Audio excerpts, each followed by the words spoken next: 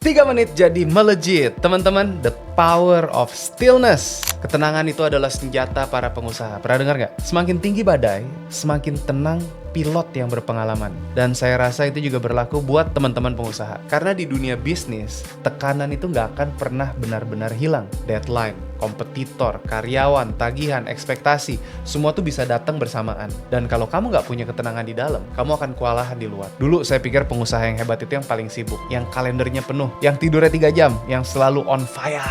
Tapi ternyata bukan itu, teman-teman. Ya, pengusaha hebat itu justru yang bisa tetap tenang saat semua orang panik, yang bisa berpikir jernih di tengah kekacauan, yang tahu kapan harus jalan cepat dan kapan harus berhenti sejenak untuk ngelihat arah. Ketenangan itu bukan berarti pasif, bukan berarti kamu nggak ngapa-ngapain. Ketenangan itu kontrol, kendali. Kamu tahu kapan harus bicara dan kapan cukup mendengar. Saya pernah lihat seorang founder startup yang hampir kehilangan perusahaannya. Investor mundur, tim goyah, situasi kacau. Kebayang nggak kayak apa tuh? Tapi saat semua orang panik, dia malah duduk diam 10 menit di ruangan yang kosong. Timnya bingung, tapi dari keheningan itu, dia keluar dengan satu keputusan sederhana yang menyelamatkan bisnisnya. Dia potong biaya, ubah model, dan pivot dengan strategi baru. Setelah itu saya sadar, kadang solusi terbaik bukan datang dari berpikir lebih keras, teman-teman, tapi dengan tenang dari dalam. Dan ini bukan cuma soal bisnis. Ketenangan itu menular. Kalau kamu pemimpin, tim kamu bisa ngikutin ritmenya kamu, ritme kamu, your rhythm.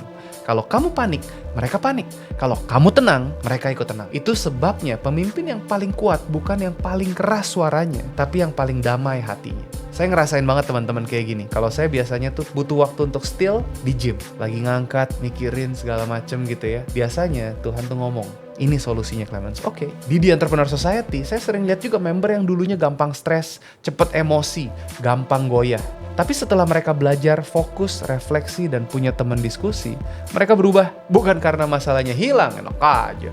Tapi karena mereka lebih siap menghadapinya. Ketenangan itu latihan. Setiap hari itu kita diuji lewat klien yang rewel, partner yang rumit, rencana yang gagal. Dan setiap hari kita punya pilihan, teman-teman. Mau ngeresponnya dengan panik atau jawab dengan tenang. Ketenangan itu bukan kelemahan.